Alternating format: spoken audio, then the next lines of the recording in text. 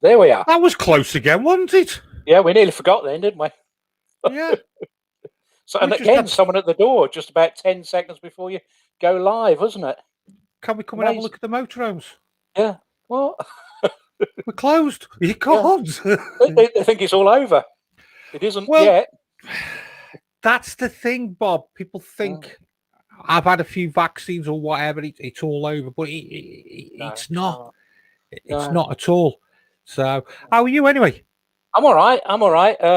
Yeah, it's just about first time we sat down for ages. We've been sort of pretty busy this week and just exhausted, really. Been having the carpets done. Right. So and that sort of kept us busy. It feel like we've moved house, rather than everything in the house has moved. Right. It's just like a house move, really. And it's been it's been pretty crazy. So we're getting a few people up there now commenting. Do you know what I'm not doing? What have you done? You've lost the clips. No. I forgot to invite our guest. Oh,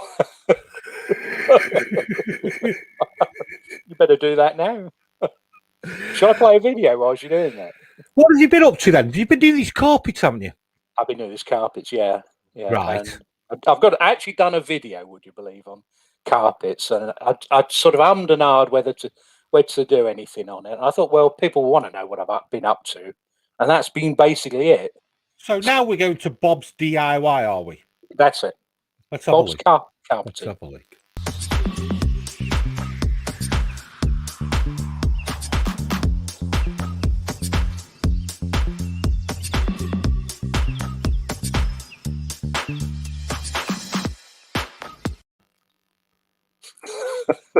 Well, that's probably that wasn't enough, you, Bob. Really? No, it wasn't me. No, a nice couple of guys from the Southport Carpet Shop, and they did a really good job. So really pleased with that. And it's like walking on. What's it like walking on springs? Really, isn't it? It's so different. On sunshine. That's it. Yeah. Don't know where that come from, Bob. No. That chap's he's thrown me. I was all composed, Bob, for the show. Yeah. And then the guy's just thrown me. Yeah, completely. Yeah. Completely. And then I've just had a brain block then because I forgot to invite our guests. The guests. Yeah. Shall I tell them who the guests are then? No. Secret. Secret. So what have you got to talk about? What we got to talk about? Well, there's a few things going on, isn't there? Apart from me getting the carpets done. One thing that is in the news is the Caravan and Motorhome Club. About this time of year, do their design awards. So they have a load of people going around the NEC with the clipboards, marking all the vans and saying which is the best one and all that sort of thing. Of course, that's not happening, is it? Yeah, that's it. That's it, with the clipboard. Yeah. And so what they've done is they've actually done a book, haven't they? Yeah. And I thought, oh, well, let's have a look what the award winners are. So they've got this wonderful book, online book and everything. And it doesn't tell you what the award winners are. What it does tell you is a couple of sort of like, what do they call them? Top picks. So the two vans they've picked out for special mention.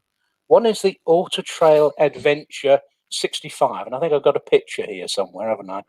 Let's have a look. A clue, Bob. No, I have somewhere. Let me have a look. I've got it for you. You got it. That's it. There you go.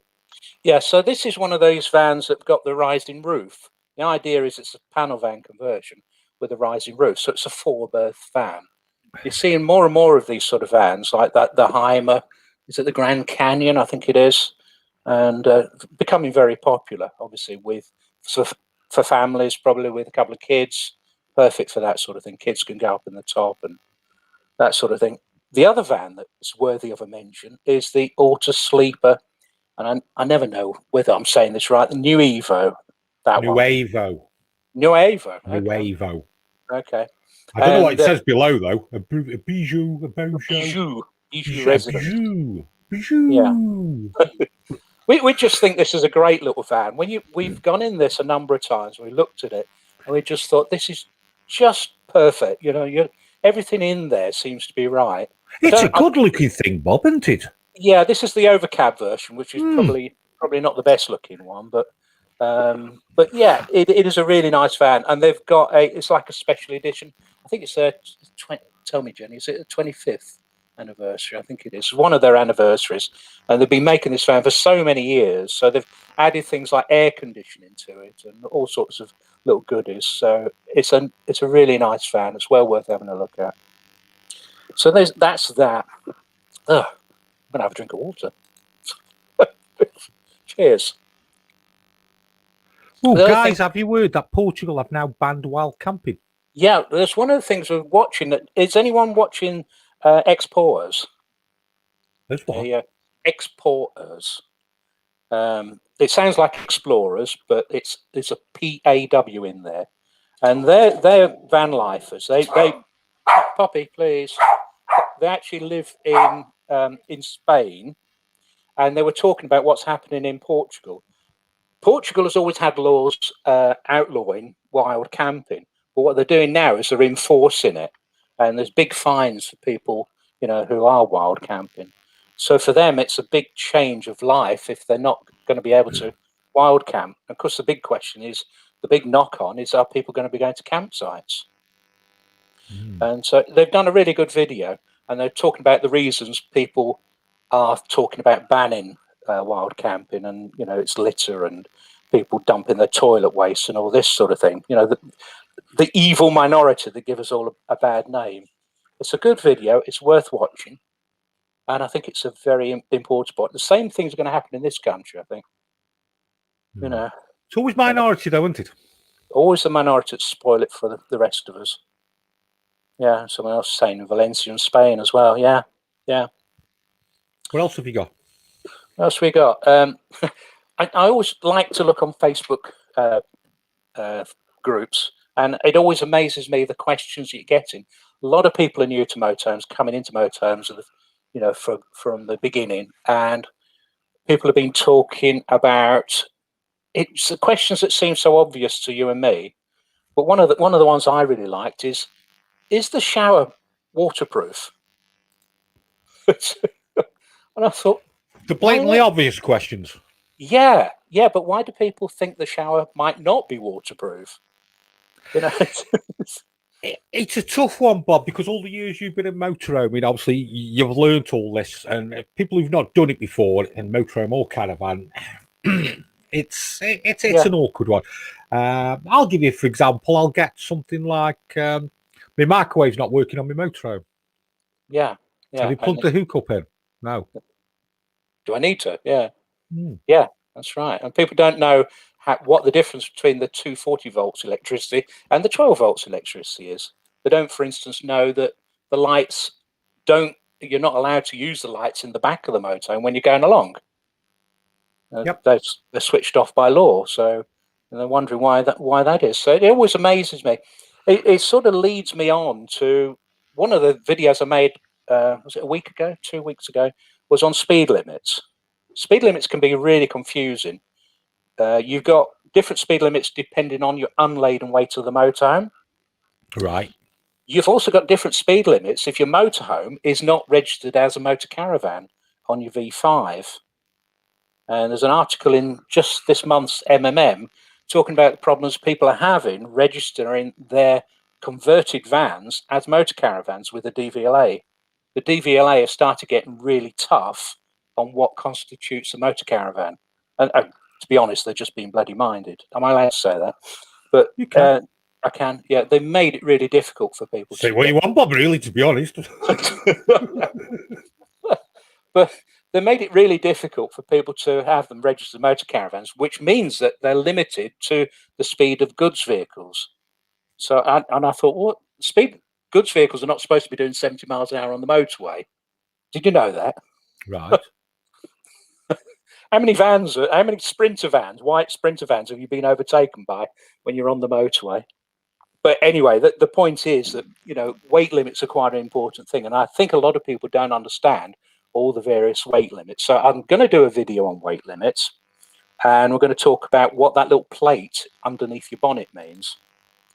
Because a lot of modern vans are built to 3,500 kilograms maximum weight.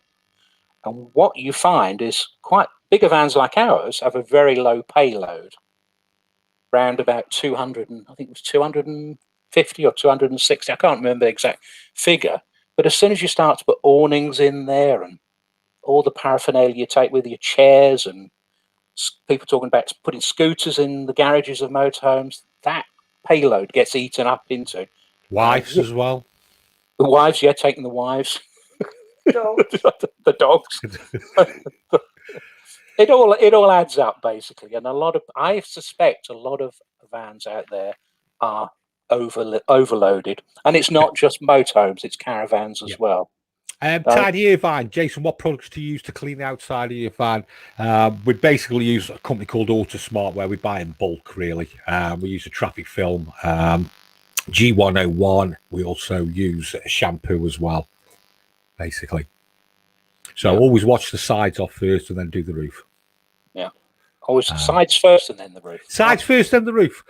Because if the sides are dirty and then you're cleaning the roof off, basically it'll all stick to the sides. But because you clean the sides off, it goes off nice and easy. And then obviously go round and rinse them all up. Yeah, I always tend to do the roof first because I'm thinking all the muck's going to come down the side. I'm going to have to wash that off. But... Yeah, well, it does. It all comes down the side, but it'll stick to the side, won't it? Well, if you wash the sides off first... And you've got a bit of polish in there. And it'll run off, basically. All right, good tip there. So you go. For someone who's got nothing to talk about, I can't shut you up today, can I? I'll shut up now. Anything else, Bob? Anything else? What we got? Yeah, we were talking about speed limits, weren't we? And payload. Good day, Susan. Good day. From Australia. Oh, wow. We're going global. We're going global. I'm going to say, what time is it in Australia? 12 hours difference. Yeah, so I suppose, evening, isn't it? Yeah. Just want to wish you all the best with your eye surgery, Bob. We might have a show next week, we might not. Yeah, depends on what. I mean, a lot of people have been really good talking about my eye, my eye operation, and lots of people. I suppose it's my age group. Is lots of people that had cataract surgery, and they were saying it was easy. It wasn't a problem and painless and all this sort of thing. I was absolutely terrified about it before I sort of heard about it. Susan says 12:30 a.m. Okay. It's a bit late then, isn't it? Well, just for you, Bob. Tom, these days I'm in bed at 9 o'clock, with my cup of Bovril, or wouldn't be Bovril, would it? No. I bet you've been in bed earlier every night this week watching them do them carpets. Oh, it's moving the stuff about. They said leave the stuff in the wardrobe, and when they got there, we had to move all the stuff out of the wardrobe. And thanks, Tiddy. Where are we up to now? Payloads. Yeah. I mean, I'm talking about caravans and low payloads. A lot of the bigger caravans end up with like 100 kilogram payloads. So we were talking to someone the other week. Poppy wants to go out. Just a minute, Poppy. It's coming. But we have someone who might have a solution for this payload problem. Who's that, Bob? Our guests, Crafty Caravanners. Oh, right. Okay. Yeah. The people who do this.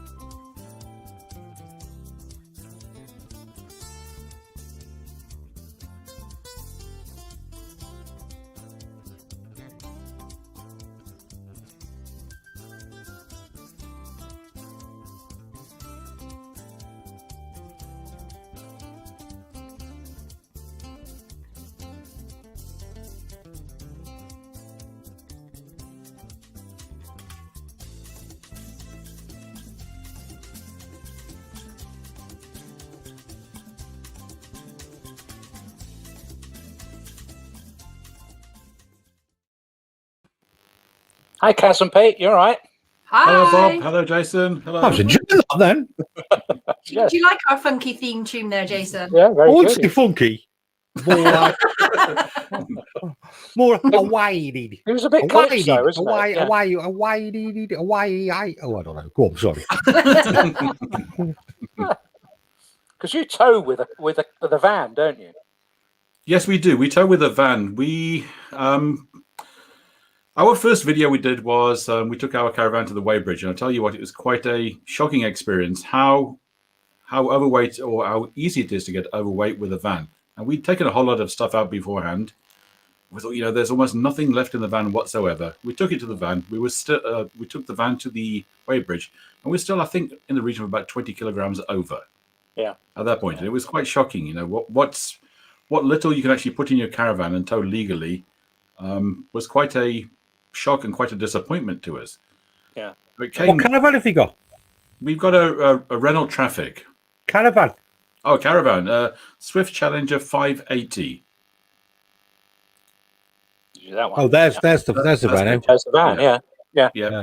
Mm-hmm. Yeah, so it's got a good payload, obviously, hasn't it, as a van? Yeah, the van is I think it's in the region of about 900 kilograms. Wow, yeah. That's almost the payload I had on that previous Bolero, because that was, plated at 4250. So, yes, we never worried about payload with that van at all. Is that an ice cream van in the video? Yes, it's an ice cream van in the video. As this van was driving past, it was actually playing the theme tune from Monty Python's Flying Circus. Yeah. So the most expensive 99s we've ever bought, £5 each. Wow. Yeah. So, before I forget, happy anniversary, you two. Thank you very much. Yeah, is it 2 years? You said it's 2 years now. Yeah, 2 years for what? Come on, tell me. In Cuba. 2 years from wedding anniversary. Oh, congratulations! Yeah, thank you. You made it this far. Yes, we certainly have. Only 42 years to go now. How long have you been married, Bob? I was just thinking, is it 40? You better get this right. Oh, God. You better get this right. No pressure here at all. No show next week. We're going to see Jenny's hand flip him round the side of the head if he gets this wrong. That's right. We married in 77, so it would be 40 years in 2017, so it's 43 years. Wow. Well done. Yeah. Yeah. You'll have to let us into your secrets, Jenny. Patience. Ignorance, I would have thought. Ignorance, he says. Yeah, no, well done anyway. Happy Just a quickie, obviously you've got your YouTube channel. How did you get into this? Well, what made you start the channel up? A couple of reasons. I saw the comment just popped up. Somebody was saying that Kiwi Tow did a good video on the caravan payload, and it was that one that got us inspired to finally go ahead, create the YouTube channel, and it inspired us to create our first video, which was taking the caravan to the weighbridge. So that was, I think, the final straw on the camel's back. Yeah, other reasons. Nail in the coffin. Yep. We collected a bunch of camera equipment over the years. We had a GoPro, we had this, we had that, the other. We weren't really using the stuff, and I thought, why not? Just why not? Why don't we go and use this equipment and create a YouTube channel and share what we do? Good question here by Bob. Have you ever been refused getting on a site with a van? Nope. No, and to be honest, we have turned up at several sites without warning them we've got a van as well, and just hope for the best. Yes. Yeah. I think what they tend to object to is if you've got it all sign written, Bob's Plaza or whatever. Or if you've got racks for ladders on the top as well. Yeah. This DIY locks going to your head, Bob. We need to get you out on campsites as well. I know. I desperately want to get out of the campsite to get away from decorating. But I actually feel like we've got somewhere now with the decorating, so I am so pleased that we've done it. We never would have done it, I think, without lockdown. I mean, in a normal year, we tend to spend 110, 120 days, something like that, away. So about a third of our life, we're in the motorhome and the caravan. In the motorhome and the caravan. Yeah, Bob the Builder, there you go. I was going to say, if you carry on, you'll end up wallpapering Jenny. Yeah. Sorry about that. Carry on. It's all right. It's all right. I actually know a Bob the Builder. Funnily enough, I actually asked him for some advice on my bathroom, so that was quite good. Where's this leading to, Bob? I think you should have asked Pete the plumber. Plumber. Yeah. Yeah, I know. No, it was to do with the ceiling, to be honest. So it was, had a stain on the ceiling, and anyway, that's a whole nother story, isn't it? Yes. So tell us a little. Shouldn't go there. So tell us a little bit about what you use your caravan and your van for. Well, I mean, we've kind of combined two hobbies in one, really. To be fair, it did start off as caravanning and enjoying getting out and about.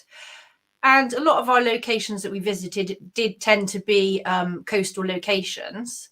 Yeah. And we did stumble upon a video about mudlarking, and we kind of got interested in that. And we thought, well, actually, we can combine our two hobbies, because we can use the caravan to go to all these coastal locations. And then while we're there, everybody goes out and about to see and do things, and usually involves a walk on a beach. But just for us, it means stopping and having a look and seeing what's on the beach. Is that mudlarking then? So mudlarking tends to be more based around the River Thames, or if you're on a river edge that is muddy. Whereas if you go to a shingle beach or just a purely sandy beach, then that's more beachcombing. But they're very similar. It's just what you find at different locations. You can expect to find different things at different places. Call Whitehouse. Is there any area of the UK you have not been to and would love to visit when they are back open again? Well, if it wasn't for the COVID and the lockdown, right now we'd be getting ready for a 3-week trip to Scotland to celebrate Kaz's 50th birthday. Unfortunately, the plug has been pulled on that one. We decided a month and a half ago just to stop bothering ourselves with the idea. We just went ahead and cancelled the plans because we didn't want this on again, off again, eroding at your mental health. So we just decided we'll cancel it for now. And, when we can, we would like to go visit Scotland. Mm-hmm. I've seen your beachcombing videos. What do you do with the clay pipe? Maggie's Mystery Tour. The main thing is to try and research it. So if you look on the heel of the pipe or on the stem of the pipe, there's quite often a maker's mark, or sometimes you can identify them by the pattern that's on the bowl. And then that allows us to age them and do research into if it's part of an association pipe, just to be able to research the history. After that, we just keep it, and we're going to keep a collection. They're quite difficult to find whole pipes or decent amounts of a bowl, but eventually we will frame them in display them in a frame. But I bet actually researching the history of them and where the origins are quite interesting, aren't they? Yeah, I mean, pipes have been around since 1600s. It's amazing to think that a pipe that someone last smoked 400 years ago, you're the first person to touch it since they discarded it, because they were kind of one-use items back then. You'd smoke it and then you dispose of it. How many pipes have you got? We have only got 2 whole bowled pipes. Is that the Holy Grail then? A whole pipe? Yeah. It is for us. There's other channels that Come on. I get excited over a bit of pipe stem. Trust me. So would you find the majority of the pipes on the Thames? That's a really good location to find them. Yeah, because of the lifestyle, the history, and everything was so close to the foreshore back in those days, and a lot of things happened on the Thames. It's full of them. And the mud actually acts as a preserver. So you're dropping this pipe into some soft mud, it sort of encapsulates it, and it keeps it. They call it aerobic mud. It doesn't contain any air or oxygen, and it preserves things very well. We've seen pipes being pulled out of the mud, well, on YouTube, but not in person, with the tobacco still inside there. Wow! From a couple of 100 years ago. Wow! Yeah. There's a particular pipe that's called a church warden's pipe, and they're particularly well known for being really long. Yeah. Can't get mud. They're really low. Yeah. They have a really long, slender stem, and quite often people will actually be able to extract those from the mud in the Thames. It's amazing to think that something as delicate as that has just been preserved and comes out whole. You learn something every day, Bob, don't you? Yeah, yeah. I mean, it always amazes me the things that people use the motorhomes and caravans for, and people who get tow, old classic cars to motorhome shows and that sort of thing. What was your inspiration for buying a motorhome? Bob was our inspiration for buying them.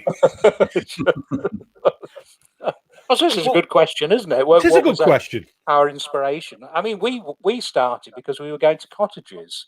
We kept going to these cottages, and then we were driving out from the cottage every day, backwards and forwards. And we thought we'd like to sort of tour around the area and visit the various places in an area rather than staying in one particular place. And I suppose for us, it's the nomad in us. What about you, Kaz and Pete? I mean, I can imagine that being in that one location and drive to explore an area properly, you find yourself day upon day passing things that you've already been to. Whereas if you have that flexibility of having a motorhome, then you can have a look at the wider area. And actually, as Pete mentioned, we should have been due to go on a 3-week tour of Scotland coming up, and we were planning to do it with the caravan, but we did kind of have a little think about maybe we should hire a motorhome, because you've got less kind of faff of setting up, setting down, and and gives you an opportunity to see more. But price to hire a motorhome is what was it? Just crazy. I mean, we could have stayed in a hotel and driven out from a hotel. We could have just plotted a route around using hotels than using a motorhome. But actually, it's quite nice using a caravan, I think, because it would be able to allow us to afford to spend more time in locations. That's a great point, that is. Now, let's just say you went around Scotland in your caravan and Bob went around Scotland in his motorhome. It'd be 2 totally different holidays, even though you went the same places. It might be. I mean, it was interesting. Well, it would be, Bob.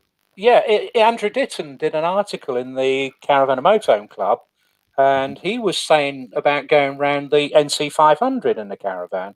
And his point was a lot of people rush round the NC 500, stopping in a place overnight and then moving on, and they'll miss a lot of what's going on around them. So that you can do the same in a motorhome. You can spend 3-4 nights in one place and explore the area a bit more. But I think there though, Bob, is the tendency with being in a motorhome is to move off every couple of days, and I think that's how you'd plan your holiday. But with the caravan, I'm sticking up for you, Kaz and Pete. But seriously, with a caravan, you're going to probably get to one area and explore it more. Yeah. We were thinking we could do 3 or 4 nights, then move on. 3 or 4 nights, move on. And when you're at each of those locations, we would take day trips, almost like use the caravan as a base, explore once, explore twice, explore 3 times, pack up, move to the next one, and explore in detail for another week instead of night by night by night. Did you catch that, Bob? Yeah, I caught that. I'm sorry about that. Do you know I actually had another manufacturer ask me, do I want to review another torch? You're going to get the nickname Bob the Torch at this rate. Bob, how do you decide when to tow your car on a trip? Which nicely leads on, doesn't it? I mean, I think Trevor from Poshcat said this, that when they take their car with them, it turns the motorhome into a caravan. Yeah. And I think that's the point, that when we want to stay somewhere longer and perhaps explore out from an area, that's probably when we take the car. If there are sort of narrow roads and, difficult to access places, the car's brilliant. You just jump in the car, you can nip down the road and get through all the little gaps and everything. So I think that's when. I think as well, when you're doing things like Scotland, Kaz and Pete, I think that's where your van comes in. Yes. Yeah. So it gives us the flexibility to be able to access places, the smaller roads and stuff. Oh, you know what I've just remembered? When we went to Cornwall, we went to that Boobies Bay. What's it called? Boobies Bay. Boobies Bay. Boobies. Yeah. Yes. You better be careful because you will last another 2 years. So we decided that we went there, went for a long walk on the beach, came back, and it was between lockdowns. So we got back and really had to go to the toilet. We're thinking to ourselves, wouldn't it be great if we'd done like almost like a half van conversion on our van and had at least a porta potty in the back of the van? Well, you could do that, yeah. We could do that, and then we got the best of both worlds. Yeah, we have considered kind of making it a day van. Yeah, day van kind of thing. With some basic facilities. Yeah. Do you think that site will be able to cope with demand post-release? Seems to be a lot of bookings online. Yeah, and it is being busy. I think the Travel Trolls did a video, didn't they, where they couldn't book any campsites. So we fortunately booked quite a way in advance, hoping that we'd be out of lockdown. So we've got sort of July and August and a bit September, May, June, and July. Just getting corrected here. So we've got a lot of campsites already booked, but I think we made some changes. We're finding it quite difficult to get some bookings. So yes, I think it's going to be really. As you know, I'm based on a holiday park. Yeah. And they're getting a lot of bookings for May, not so much for April. No. Why do you think that is? I don't know. People have probably obviously written off Easter, haven't they now? It's because the facilities aren't open. Right. Okay. Facilities, toilets, and everything else don't open until May. And they're getting people who are booking for April, and then they're asking about the facilities, and then they're changing the bookings. Right. Okay. So May, I think they probably nearly sold out for May bank holiday and everything as well. But I'm seeing April being a bit quiet, where I think the statics will get used, and your hardcore motorhome and caravans will come out in April because they'll use their own facilities. Yeah. But May onwards, then that's where. I'm not quite sure why people go to the expense of buying a motorhome or a caravan if they're not going to use their own facilities. I know. Why not book yourself into a lodge or a static? I just don't get it. How many motorhomes do I buy in that the oven's never been used? No, quite a lot. Imagine. Yeah. I understand what you're saying there, Kaz. I do. But then I think you've got a lot of people as well who don't want the hassle of having to empty the toilet and everything when they can just walk across. Fair enough. And just go. Yeah. But we've used the facilities as well, haven't we? Yeah. We've done it both ways. We've done the facilities in the caravan and we use the facilities on site. Happy to do either. Yeah. Yeah. Same here. I mean, we didn't use the toilet blocks most of last year. I think from when the lockdown started, we just said, we might just carry on using our own toilet. So toilet and shower, I quite fancy a Peugeot Traveller to turn my caravan and buy some cheap van kits to turn it into a day van to give more flexibility and carry a porta potty. Yep. Yeah. That's what we have in mind as well. I think the Traveller is the same van that as ours, but just with a different badge on, isn't it? Yeah. Is that the newer one then? Is that the newer Peugeot? Yeah. Hoping to get my first motorhome this year. What heating system do you guys consider the best? Well, I'm an oldie snob. Or is it Aldi? We like Aldi. Aldi. Yeah, we've had Aldi as well. I mean, it's been problem-free and it's very quiet in operation. Yeah. It is a good system, in fairness. Yeah. It is. So I always found that the Truma, it always felt a little bit dry, the heat. I always sort of dried the air out a little bit. So it's the same physics as a hairdryer, isn't it? Yeah. But I suppose the benefit of the Truma is it warms the van up a little bit quicker than the Aldi. Yes. So I suppose that's the pluses and minuses. That's it. Anything else, Bob? It's bloody flown by today, hasn't it? Yeah, I'm just looking at the time now. It's 10:02. Yeah. Yes, it's 10:02. 10:02. I think we've said about some of the show dates, haven't we? The outside show dates. We've got the Yorkshire show coming up. We've got the National Motorhome show, which has been rescheduled, and we've got the Southern Motorhome show in July. So they're coming up. What videos have you got coming up, Pete, Kaz? So we've done a little trio of crafting videos, mainly round beachcombing stroke mudlarking.